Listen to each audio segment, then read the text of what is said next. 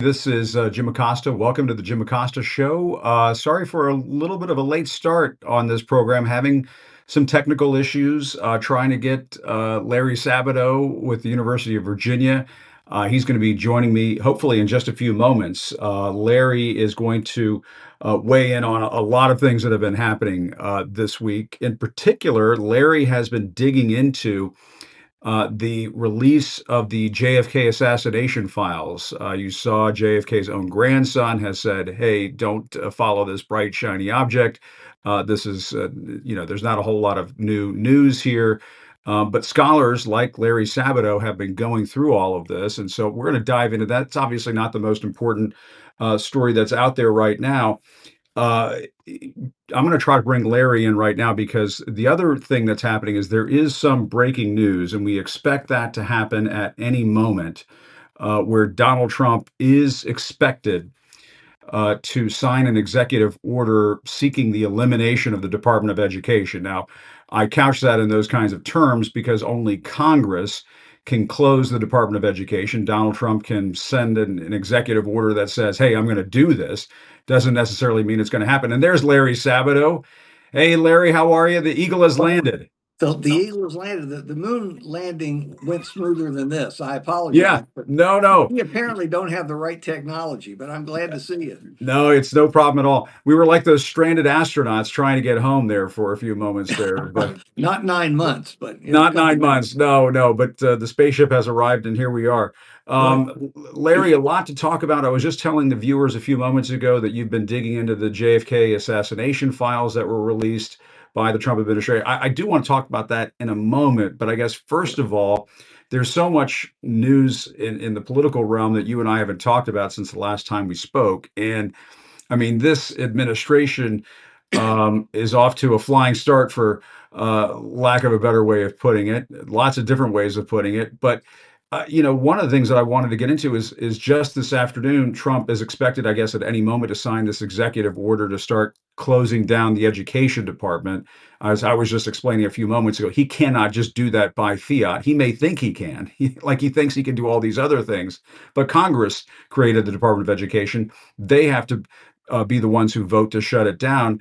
What do you think about all this, Larry? You're in higher education, and this has been one of Trump's favorite targets so far. it has. Thank goodness he's busy with Columbia and Penn. Yeah, I hope he yeah, doesn't get around to the V yeah, letters until that's right. close to the end of his term. But Exactly. look, Jim, you know what I think, and what almost everybody here, right to left, and there are plenty of conservatives at the University of Yeah, Virginia. They're not real happy. I mean, it's not that they don't want to have cuts. Well, nobody likes cuts, but they will take cuts. yeah, They will tighten the belt. It's the way it's being done. It is yeah, so haphazard and sloppy. You know, we've all had to let people go in organizations for one reason or another. There's a right way to do it, and there's a wrong way to do it. yep, And Musk and Trump are writing a whole new set of volumes on the wrong way to do it. yeah, I just think it's pitiful for the United States to look like this around the world, and it's pitiful for the people in the country who are not going to be well served by what's left. Can you yeah, listen? You know how difficult it is already to yeah. reach many people in certain sectors of the government.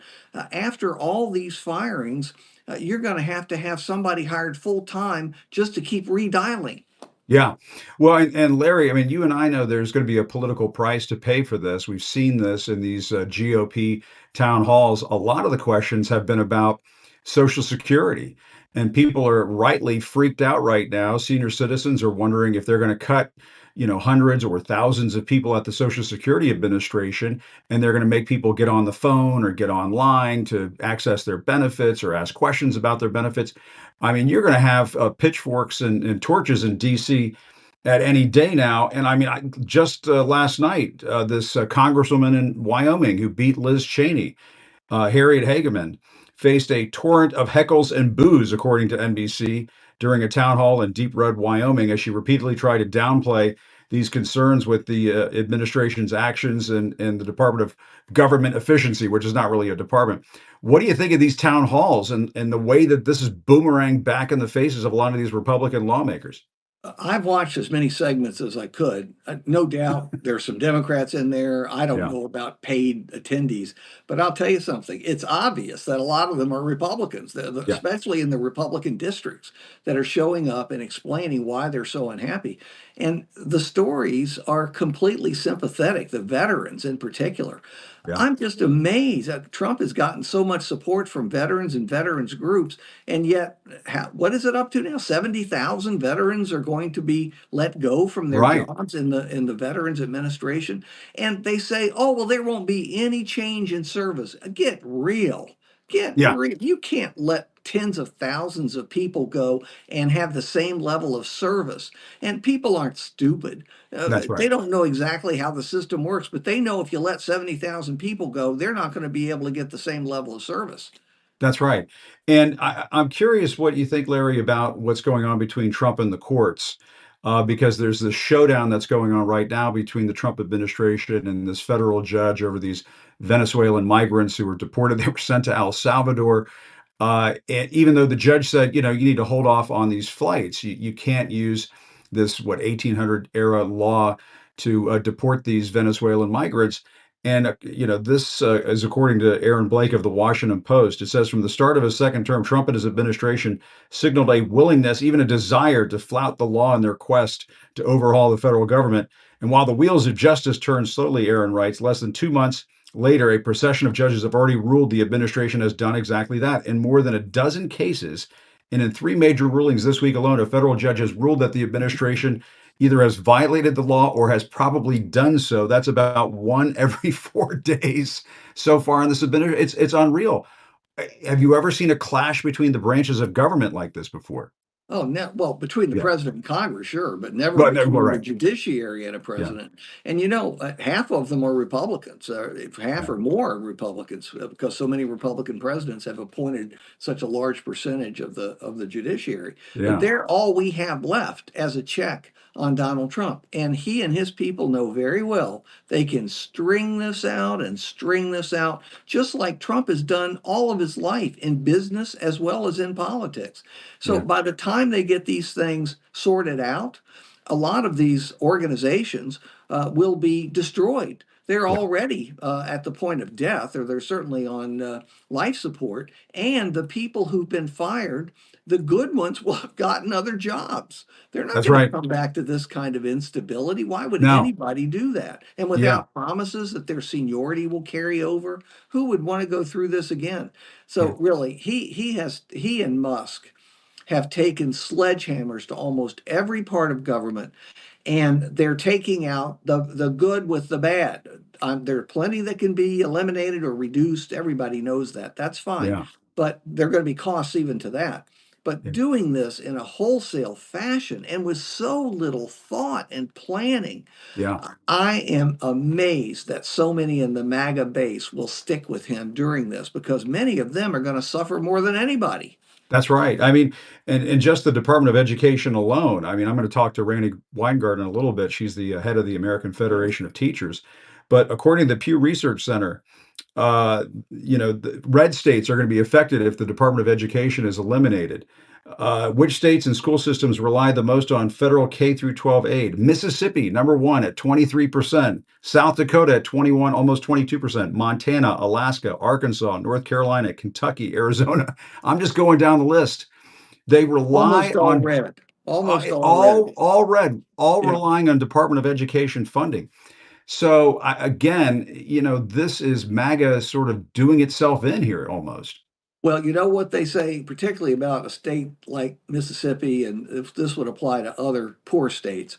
Well, the white kids are already taken care of. They're in Mm, they're in private schools, and we all know this, Jim. I mm, mean, I know because we educate a lot of people here. I hope from every class, but yeah, the white kids are taken care of. The people are really going to suffer are poor whites and poor blacks, and probably mhm, very disproportionately minority. 30% of Mississippi is black. So I guess in a sense they're not punishing their own; they're punishing other people. But inevitably, interesting. many of their own will be punished too. And will they Yeah. ever speak out, or will they just say that damn Joe Biden? Right. People are hopeless. They don't even know who's done what to them. That's a great point, Larry. And I kind of wonder if something is starting to change. And I'm a foolish optimist, so maybe I just, I always see the glass half full. Which, for me, why would I think that way? But go with me on this here, Larry. Larry, Yeah. I mean, the way that this backlash that we've seen against Elon Musk, I mean, his poll numbers are heading south, just like the Tesla stock price. And folks are starting to figure it out, I think. Even though, a lot of the Republicans are watching Fox News, they're trapped in these information ecosystems where they're hooked on X and other social media platforms that cater to conservatives. It just seems to me that the message is starting to get through. You're seeing this rowdiness at these town halls. I just kind of wonder, are we seeing something emerge here? I've been wondering if it's sort of like the Tea Party movement that we saw back around 2010. Folks are just hopping mad. It could be. Of course, Yeah, this is a full year and 3/4 prior to the midterms, yeah, whereas the Tea Party in 2010, they could keep the emotions going. They could keep the anger stoked yeah, for the months remaining before the election. So that's an advantage Republicans have. But yeah, I do think from watching these things, and I did look closely because you can tell to a certain degree what party somebody is in by what they say and maybe right. Well, even that's how right. they look. And absolutely, there were a lot of Republicans in there. There are not Yeah, a lot of older white male veterans in conservative red districts who vote yeah. Democratic, and they're speaking out. And yeah, Larry, you and I have covered this a long time, you longer than me. But to think that a Thank you, lot of, Jim. Thank you very I much for mean that in that. the Yes, best thank possible you. way. No, no, no. I'm Yeah, I'm in referring my to your 70s. I know. experience. I know. Yeah, right, right. No, but the fact that you have an unelected billionaire, the richest man in the world, presiding over cuts to veterans and various federal agencies, cuts to potentially Social Security, which may affect elderly and senior citizen folks. It just seems to me that that is something that typically Republicans, by and large, would rebel against. Having somebody like that involved, but maybe not. I don't know. You would think so. You would think so. But Yeah, look, logic has we're through the abandoned. looking glass here a little bit, I guess. But yeah, Yes. Well, yeah, they're not logical anymore because they have given their trust, their love, their hope over to one man, or really now two, Musk and Trump. Although Musk, I think, is being hurt even with that group. But you yeah, would think that over time it will have an impact. But we've been yeah. wrong about Trump at every Well, stage. you're right. You're right, and you have rightly called it a cult. You have said this for a very long time that this is very much like a cult, and it may just take some time for folks to get deprogrammed. There's just no question about it. Larry, let's talk about the JFK assassination files. Sure. You've been digging into these files ever since they got released. I do want to point out, I mean, this is a document dump in more ways than one, I guess you could say. The Washington Post says the Social Security numbers and other private information of more than 200 former congressional staffers and others were made public in the unredacted files related to the assassination. Trump campaign lawyer Joseph DeGeneva had his private information released. Larry, what do you make of all this? I used the word sloppiness earlier. Let's reuse it. They Yeah, were incredibly sloppy, yeah, and it's not just that. First of all, there are tons of redactions still in the documents. Remember when Trump yeah, said no redactions? I told him no redactions. Well, yeah, there are tons of redactions, but what's more significant is this was thrown together, and it is so obvious. Not just the reports about the White House lawyers having to stay up all night to yeah. try and cover all the materials before they were released, and they missed some key things, and they know they missed some key things. Hmm, We're already hearing about it, but interesting. also it's the fact that there's no index, there's no table of contents, there's no way to search these documents. They're in a jumble. They have no order, even chronologically. So you have to piece them together. And my team, and Tyler, he's one of Yeah, our team here. My team has been killing themselves 24 hours a day to find out what is really in there and how we can wow, speed up this process. But Jim, you have to look at every page separately and then go back and find the document that it came from if it had been released earlier, wow. and then go down the page to see if any redactions have been removed. Do you know how time consuming that That's is? So extremely time consuming. Yeah, you've that's gotten what. through 20%. And the others who are coming up with this and that and the other, I guarantee you, they have not looked at all these pages. They are looking for hot topics as they flip through it. Right. And they found things because there are some important nuggets in here. In fact, it's a whole gold mine about the CIA. Just wait until all this stuff comes out. Well, and, yeah, talk about that a little bit, Larry, because the stuff about the CIA, that has been warned about for years, that if you open up these files, you release them out to the public, unredacted in this fashion, you could expose sources, methods, agent names, potentially. It could be very dangerous for the intelligence community. Well, we already know, we've known really since the Church Yeah. Committee in the 1970s, Frank Church. He was before your time, Jim, but he was a senator from Idaho. Mm. I don't know if he was I, before your time or I not, was but going to say, I've heard that name before. you heard The- the name before. Yeah, yeah, yeah, okay. yeah. But the Church Committee looked into the The church. CIA, came up with a lot of stuff. This was under Gerald Ford's presidency in the Senate. And we have known that the CIA was completely out of control since then. We Right. probably could have guessed before then, but we knew it for sure from the 70s on. And it's only gotten worse. Every time we have a document dump of any sort or a court case involving the CIA, we learn all kinds of seamy behavior that they have participated Mm. in. One that I was fascinated with, and I found it abhorrent, but they had a massive mail tampering operation just for the US and USSR. They had 200 to Wow. 300 full time employees up in New York doing nothing but examining every letter and package sent from the USSR to the US and from the US to the USSR. Wow. And each month there would be thousands of them that they would go into great detail on and do surveillance on and look for spies connected to them. I don't know how the CIA had time to do anything else. That's incredible. And it also gets into, I mean, this sounds like domestic surveillance to some extent as Oh, well, it which was. Oh, of course it. so Jim, this it's yeah, worse. It's worse. yeah. They actually had calligraphers. They had people manufacturing phony stamps and stationery that looked like a friend stationery and putting incorrect things in the letter, delivering it to the person to see how they responded. And Wow. they wanted people caught with letters sent from the People's Republic of China or North Vietnam or Russia. And That's so they had incredible. proof that they were somehow doing something that was un-American. This today you would like to think this could never happen. Think about it. Think about Wow. who's in charge now in Yeah, Washington and many of those cabinet officers, and look at the White House staff. I I'll bet you I won't live long enough. You yeah. will. But Yeah, if we we'll could go see. 25 years into the future, 25 or 30 years, I'll bet you they can't count the number of scandals we'll learn about that That's we will amazing. be kept under the cover for the Trump administration.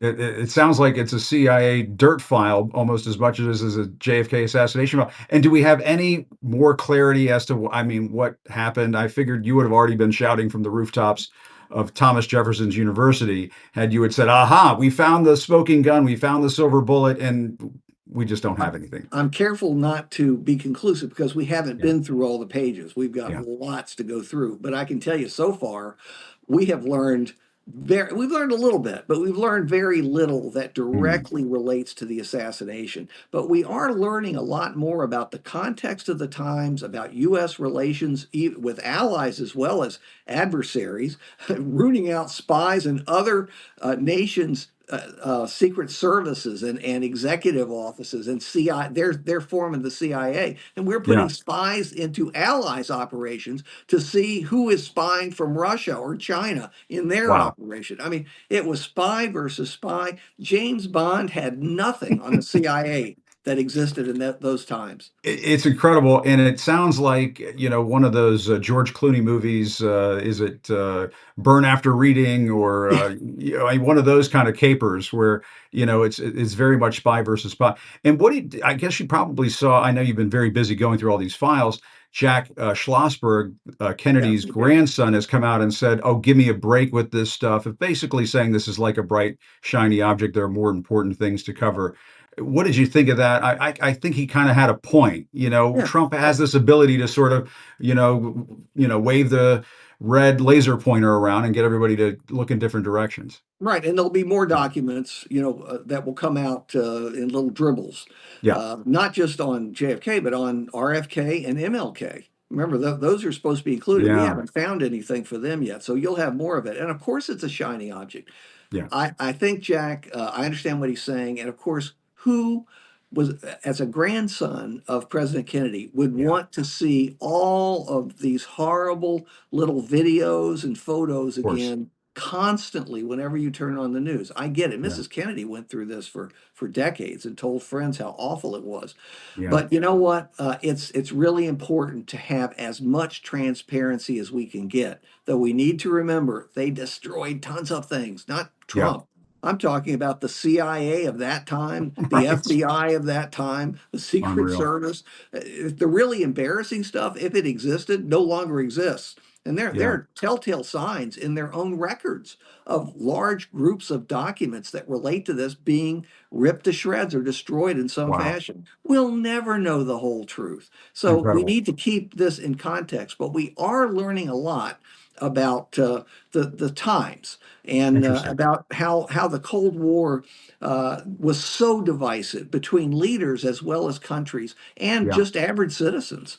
Yeah, and there was also the suspicion inside the CIA that JFK was not strong enough of a president to lead the country through the Cold War, and there were all of those tensions as well. I doubt very much you would see any insights into that, but Well, I don't there know, was maybe one. so. Yeah, There go was ahead. one that we Yeah, found. There may be more, but yeah, Arthur Schlesinger, who was the court historian and was assistant to the president and wrote A yeah. Thousand Days after the assassination, he wrote a lengthy memo to JFK in June of 1961, just a couple of months after the disaster of the Bay of Pigs, which was caused in good part by misinformation That's given to the yep. president by the Guy, CIA. the Uh, CIA. and Kennedy said on a number of occasions, I want to smash the CIA into 1,000 pieces. So Kennedy did not have high regard for some of what the CIA did. And there were a lot of Yeah, people in the CIA who hated Kennedy and thought he was weak. Same with the Joint Chiefs of Staff. yeah, There's so much fodder for people who do believe in conspiracy theories. I don't. I think Lee Harvey Oswald did it. I'm never going to say that no one encouraged him. We'll never know because that yeah. idiot Jack Ruby killed him in 48 hours. Exactly. If he'd Yeah, lived, we would have found out the full truth. this is absolutely fascinating, Larry. And please, and on the subject of Lee Harvey Oswald, I will say when I was a young reporter back in the late '90s, I had a stint at a local station in Dallas at KTVT. Oh, To my yeah. friends in Texas who are watching, hello. And during that time, I mean, I will tell you, there was such a fascination with the sixth floor museum, the Texas Book Depository. I would go down there, and I remember looking out the window that Lee Harvey Oswald looked out of when he shot Kennedy, or allegedly shot Kennedy, however you want to put it. And for all the conspiracy theories and everything out there, when I looked out that window and looked at the line of fire, if you will, the trajectory that the bullet would have had to have taken to kill Kennedy and so on, I thought that is a shot that somebody could take. And Yes, unless you have looked out that window and seen it from that perspective, you don't know the full picture. And that I was thought that was chilling when I saw it.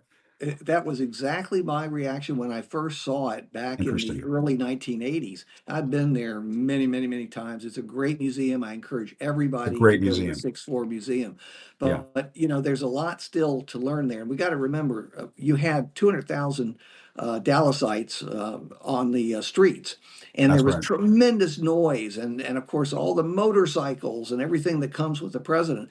So, even for Oswald, or even for a very good shot, nerves would have taken over. There's a reason why Oswald, assuming he was the one who made the shots, I happen to believe that, the Yeah, first shot missed entirely. It went wild. Some say it hit a branch. I think it was his nerves. But interesting. unfortunately, he got his nerves under control. Unfortunately, Yeah, he unfortunately. made a couple of shots that really mattered. Yeah. Well, Larry, keep us posted. This was going to be the part of the discussion where I geeked out. I really wanted to geek out on this. So thank you for helping me scratch that itch. But Larry, great We've to see got you as more. always. We anytime you want to talk about it, I can go on for a week without I sleep talking I about know you this. can. I know, and I'll see you next week. We're going to be Yes, doing a sort of a town hall or discussion there at the University of Virginia with exactly. Tara Setmeyer. It's going to be great. We're going to have a very good time, and you are our newest Center for Politics scholar, Yes, and we are delighted about that. So you've very crossed the excited. line between journalism and scholarship, and I appreciate Jim, that. I would get back over that line if I were you. You know, the I journalism pays better. I hear you. I think this makes me a gentleman and a scholar, as they say. Oh, Well, that's maybe right. not. You're a Yeah, gentleman and a scholar. on That's a my way. wonderful way to put it. At least a Okay. scholar. But thanks, Yeah, Larry. Appreciate it. terrific. Enjoyed Good it, to see Jim. you. All right, All take right. Take care. care. All right. That was the great Larry Sabato, University of Virginia. I'm a Virginian myself, so I am partial. I want to go back to, and if, I want to also mention before I move on to our next guest, Michael Fanone is coming up in just a short while from now, so I'm going to be going to Michael in just a few moments. But I want to get to Randy Weingarten, so I hope I do this correctly, Randy. If you're out there, just know that I'm trying to get you on the horn now. Randy is the head of the Teachers Union, the American Federation of Teachers, and has been fighting the good fight on behalf of public education, higher education, uh, teachers, you name it, for many, many years. And Randy obviously is well versed on this subject. Hey, Randy, it's Jim. Can you hear me? I can hear you, Jim. How are you? I'm doing great. Great to see you. You're on the You move as too. always, as I can Yeah, see. we are. I just left a whole bunch of people in Chicago, Wonderful. and and so it's just, it's. I mean, this is an amazing town, and they are literally within inches of getting to a collective bargaining contract. And could you Wow. imagine what it would mean today if the city of Chicago and our union, without a strike, could get to a contract on the day that Trump attempted to not only dismantle education, but really truly divest from children's futures and from families' futures. So Well, the symbolism would be great, and that's what we're pushing for right now. yeah, I mean, that's what I wanted to ask you about, Randy. What's your reaction? I saw that you put out a statement saying, "I'll see you in court." See, Yeah, to Trump, apparently he's going to sign this executive order. It seems like a toothless executive order in some sense, in that he can't completely abolish the Department of Education, but he can do right. things administratively to weaken it between now and when Congress may take a theoretical vote on that. What are your thoughts? Well, look, he this has been the EO that's been promised for, I don't know, 2 months now. Right. So clearly there is a political imperative for him to do this in some way, form, or manner. It's hard to know what, I mean, as you and I are students of Donald Trump, Yeah. but it's really truly hard to know what the what has pushed this one so hard, because what this is simply hurting children and hurting Right. young people. I mean, the so so so there's a symbolic issue here which is hard to understand, but I do think that there is a more venal issue, which is the attack on knowledge, which is Hmm. what I think is really going on. I mean, that is what authoritarians do. But on the face of it, what this basically does is say to parents around the country and to students around the country that your future doesn't matter to him, Hmm. because the Department of Education doesn't control schools. I mean, the federal government hasn't controlled schools since the Republic started. Yeah. What the federal government does is it creates opportunity. And since the 60s, since the 50s and 60s, since Brown versus Board, the federal government has had a role in filling the opportunity gaps. And Right. it's now a substantial role. And ironically, more of those opportunity gaps are seen in red states.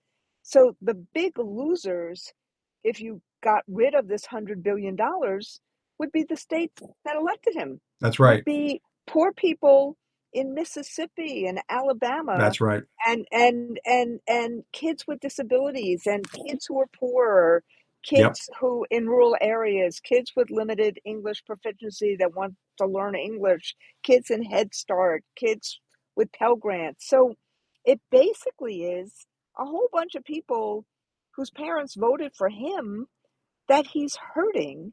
That's And right. so the question really becomes why? Like, why would you do this? Like, what's the political imperative that's so great that this becomes one of the Yeah. most important EOs that you're going to do? And I have to say, it other than this is what authoritarians do, and even though they say, education, not indoctrination, you Right. see they go after knowledge. And I'll say one more thing, which is that, Sure.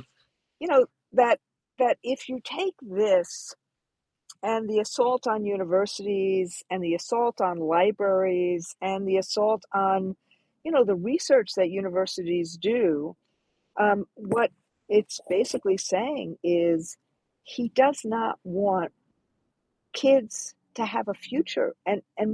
And what president has ever done that? I mean, Yeah. you can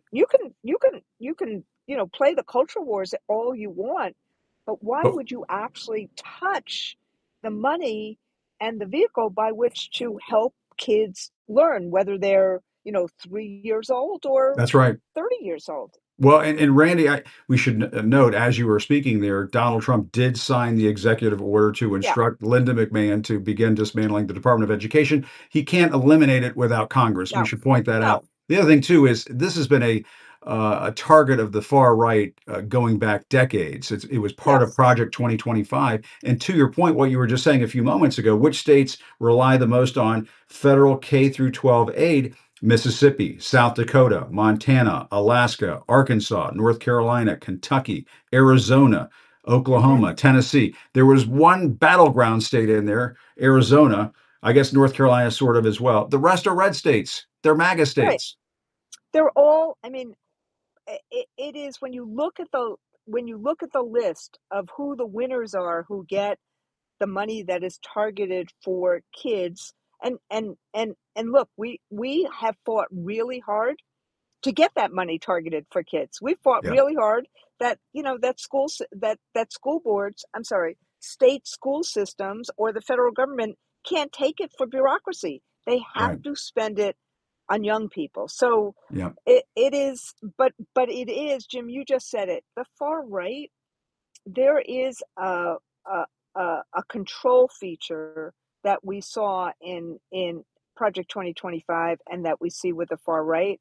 And I think that's where we get the answers here, because at the yeah, end of the day, billionaires do not need this funding. right. Kids with disabilities do. Yeah, Kids who are poor do. If your parents, if you don't have a summer plan and you can have a summer experience through school, that gets paid for by Title One. If you don't yeah, have an after school program, and your parents have to work, that gets paid for by Title One. So this is right. going to just hurt kids. And that's why we've tried to put the face on the cuts instead of it being the bureaucracy. But this is really going to hurt kids. And there's 45 million kids, young people, who get their student loans through the Department of Education. That Wow. whole system is broke. Like, they have stopped do operating servicing any of these student loans. So 2 days ago, we went into court to basically say, start the system again, stop Yeah, breaking it, let people actually pay for their student loans. Like, somebody who has like one or two more payments left for public service loan forgiveness, they can't pay it. They, yeah. and if they try, they don't get a receipt that says Wow. it's paid. I mean, they Incredible. just broke the system that finances young people to go to college. And I got through college on student loans. I mean, so many people got through college on Yeah, student loans.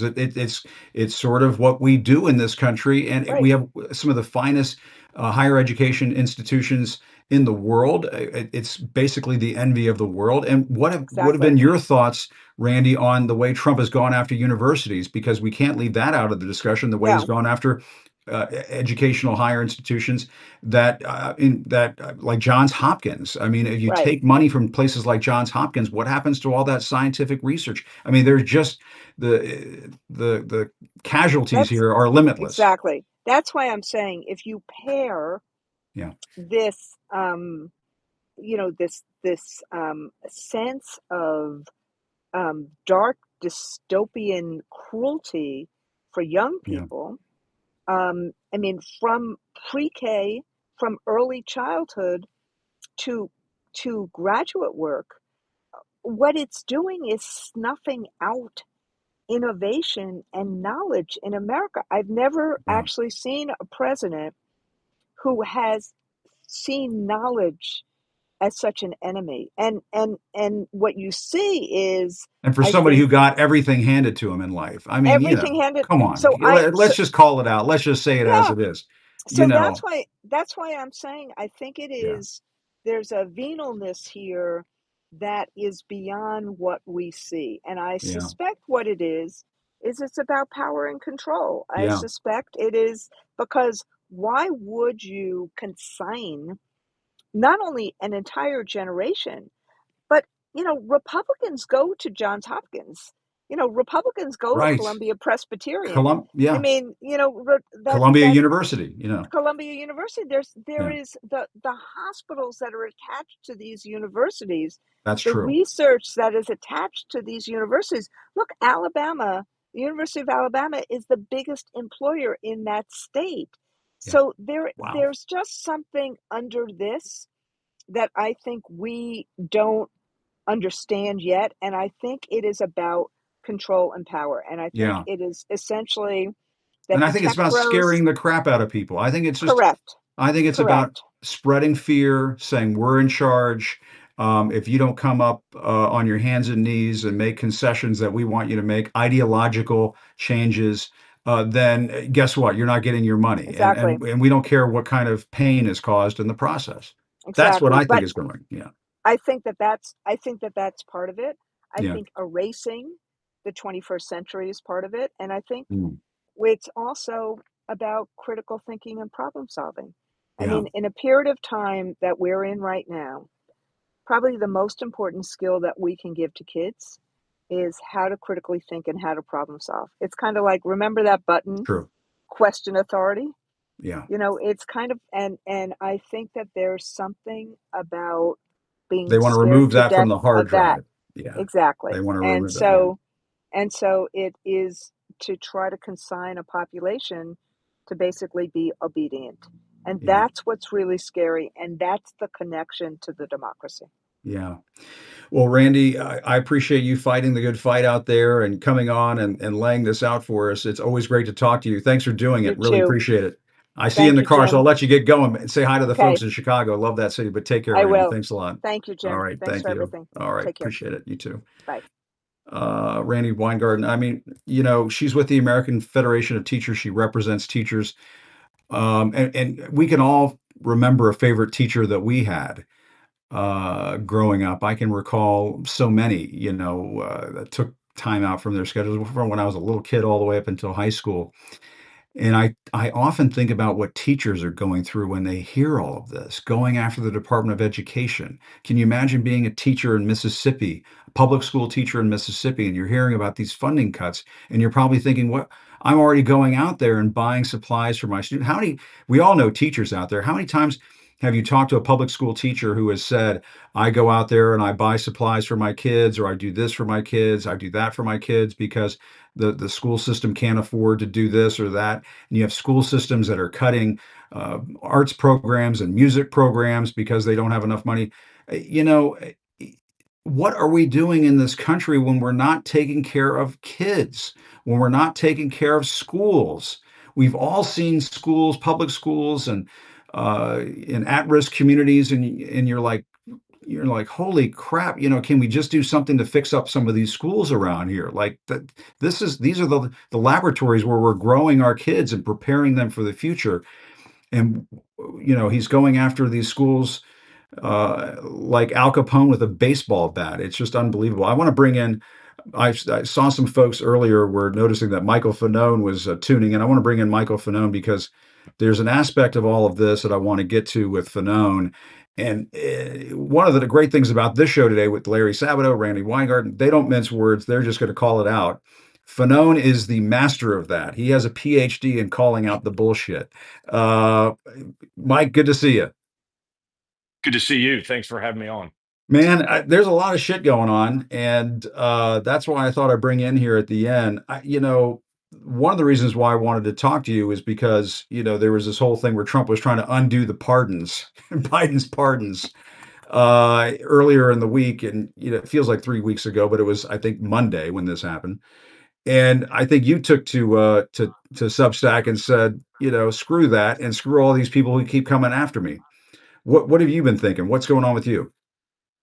Yeah, no, I mean the unpardoning thing I just thought was ridiculous. It's another Trump rant, middle of the night, whatever his social media site, Truth Social rant. But I think it's important that, in these moments that are meant to just like Randy was talking about, your Yeah. earlier guest, scare us, to put fear into us. Hopefully, in Trump's thoughts, it's a paralyzing fear that prevents us from speaking out and from standing up to him. And I just wanted to let him know that I don't care, and that if he's going to do something, do it. Yeah. And I will fight back, Yeah. just like the same thing with these threats that are leveled against me, against members of my family. It only encourages me to speak out louder. Yep. It only makes me more angry and outraged. And so do your worst. Yeah. I bet that's my message to these people. Yeah. No, you're absolutely right, and I like the way you tied it together because, you talk about the DOGE cuts, you talk about cutting the Department of Education, the conversation Randy and I were having. I think a lot of this does boil down to Trump just wanting to spread fear, and it just puffs him up and makes him think he's the dictator, he's the strong man in all of this.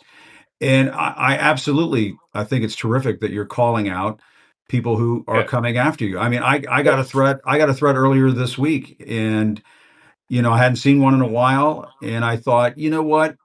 I didn't have to deal with this shit until he came on the scene and ran yeah. for president. I didn't have to deal with that, and now I have to deal with it, and you have to deal with it, and enough Right. is enough.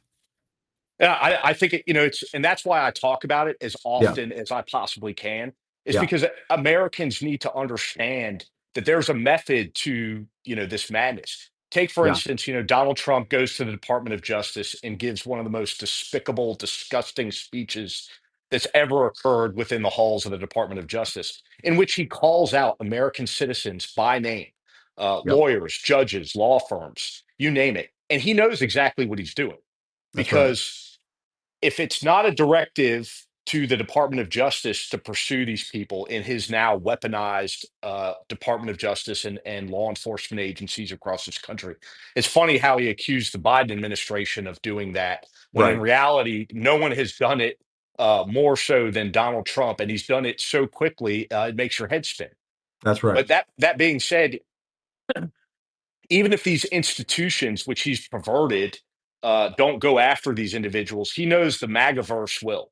He knows that all he Yeah. has to do is say the name, Judge Boasberg, or all he has to do is say the name Norm Eisen. And immediately after that, what happens? These people get bomb threats. They get harassing phone calls. They get Swatted. disgusting Yeah. emails. They get harassed, threatened.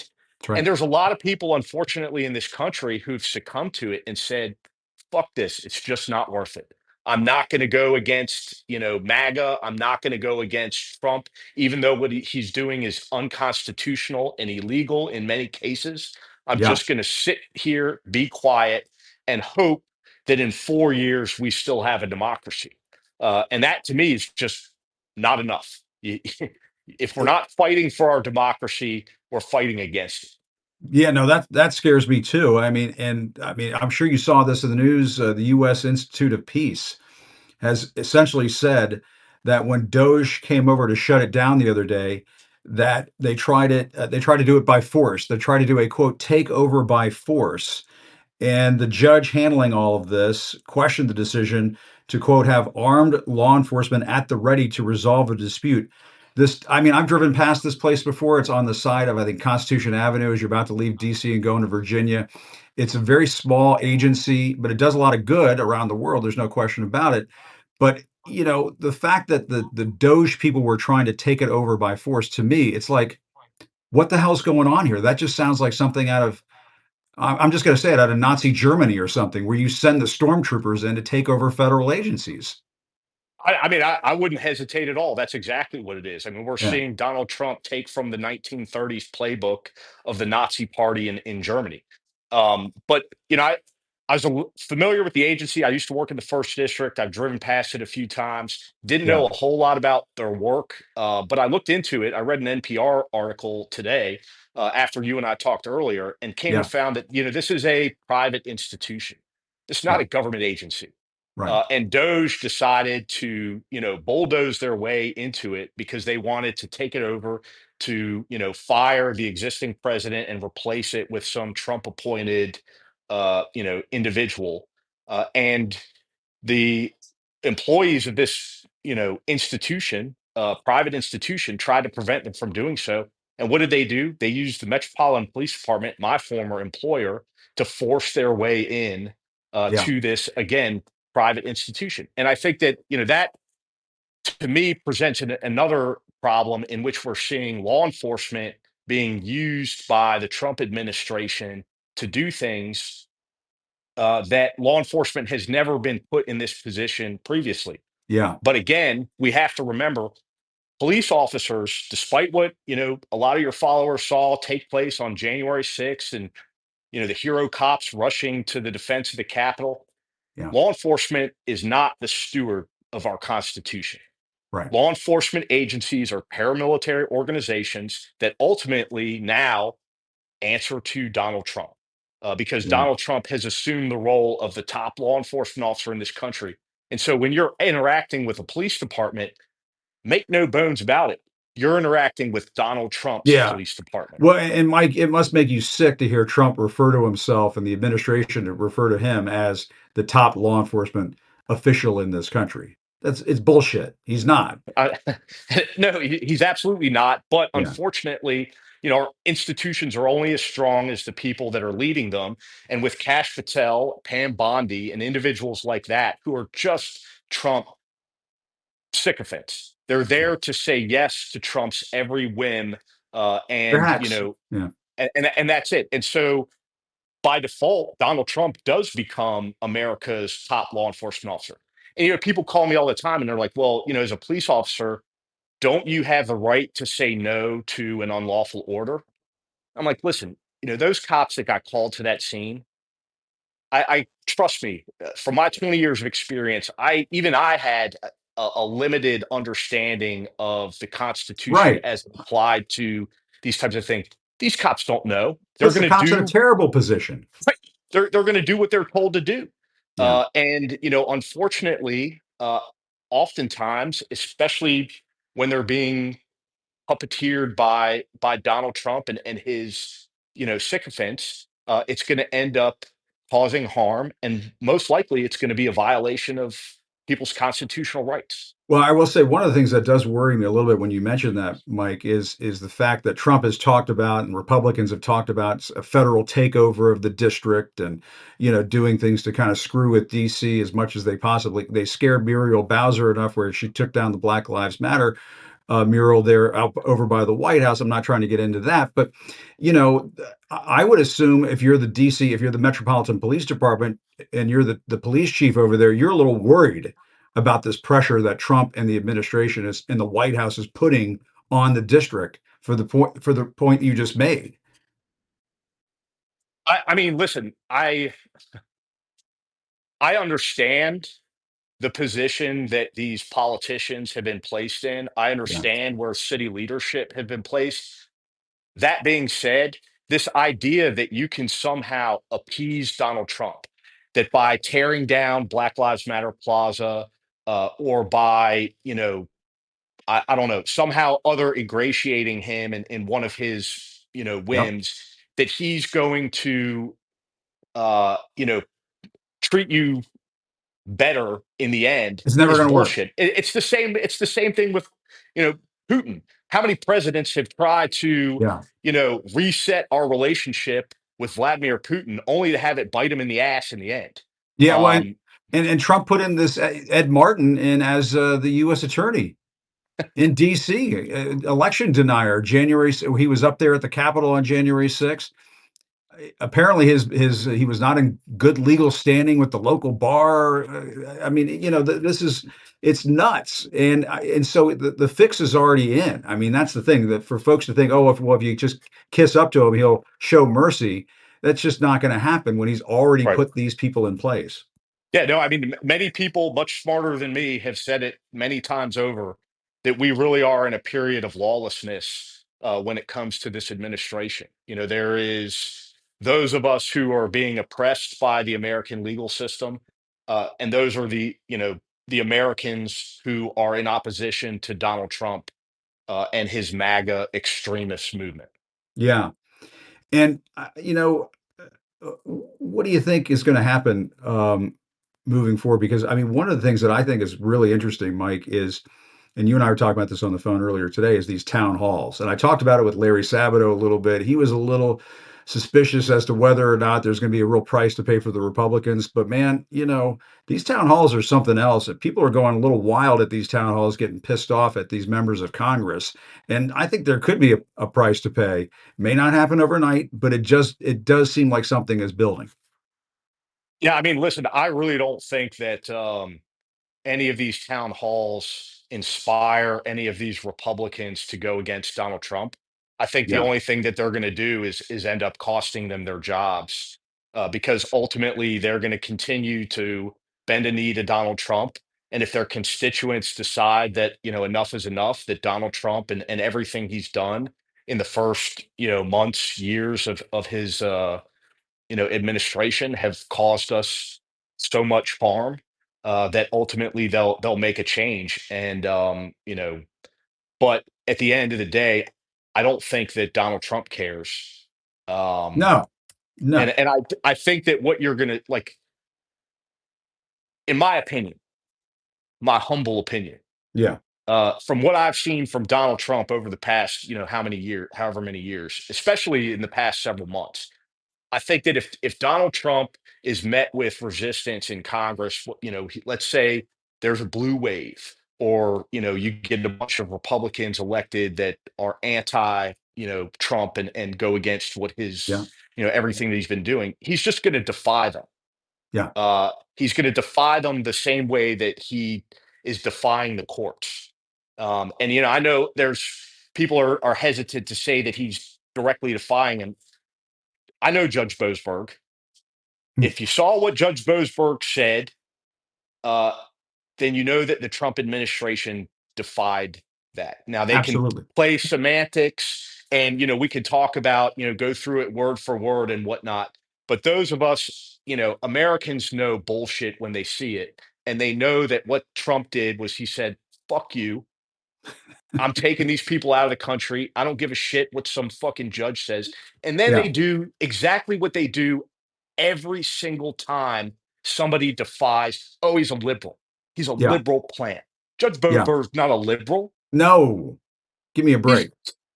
But that just goes to show you what we're dealing with right now is, he put out an order that said you can't do this, and then they went ahead and did it. And it's going to come down on this judge to, apparently there's a hearing tomorrow on this. The judge is going to have to call them out. What he ultimately does to punish the administration, I don't know what he's going to do. There's not a whole lot judges can do. I mean, people say, "Oh, you can send the U.S. Marshals," and all. They're not going to go over and arrest Donald Trump because of this kind of a situation. But they did defy a court order. There's just no question about it. And they may say, "Oh no, well we didn't think that we did do it, or he said it orally, so that didn't count." I mean, it was just like making up excuses. Yeah. I Yeah, mean, I'm interested to see what, if anything, Judge Boasberg can do. yeah, But I mean, at the end of the day, the judicial community should be up in arms. I mean, yeah, I know Judge Roberts said something, which is, I guess, great considering Judge Roberts usually doesn't say shit. But Yeah. it's Yeah. not just the fact that the administration. Well, I guess it's huge that they would just defy a court order. Yeah. And I But think it's they the fact want, that yeah. he's called out Judge Boasberg again, going back to what we were talking about at the beginning of this conversation. And Yeah. now Judge Boasberg has received a bomb threat at his home, all types of threats, and calling him out by name, and then calling him a radical leftist lunatic. Yeah. It's all That part of a that's just pattern. yeah. It's all part of a pattern. They will come after you if you defy them. And I'm sorry, Chief Justice Roberts. I mean, I was talking about this on my show the other day. You had to expect some of this when Trump came into office, and how they could hand him that immunity decision when they did, and not think, well, if he gets back into the White House, he's going to feel emboldened and want to push the boundaries. Of course, that's what's going to happen. What did you think would happen? Right. Yeah, I don't know, Yeah. anyone that thought that that Trump would somehow um, exercise, Yeah. uh, Cool as eh, jets. right. No friggin' way. Mike, great to see you, man. As always, love it. Always good to talk to you, man. Take care of yourself. All right, good to see you. Take care. Uh, and that was Mike Fanone. And I do want to say, whenever I want to hear somebody just tell it like it is, I always think Mike Fanone's right there at the top of the list. He's absolutely right. And I do want to close out the show by giving a little update on something that we talked about earlier this week, from the recurring segments entitled "Have You No Shame?" You might recall me asking Secretary Pete Hegseth, "Have you no shame?"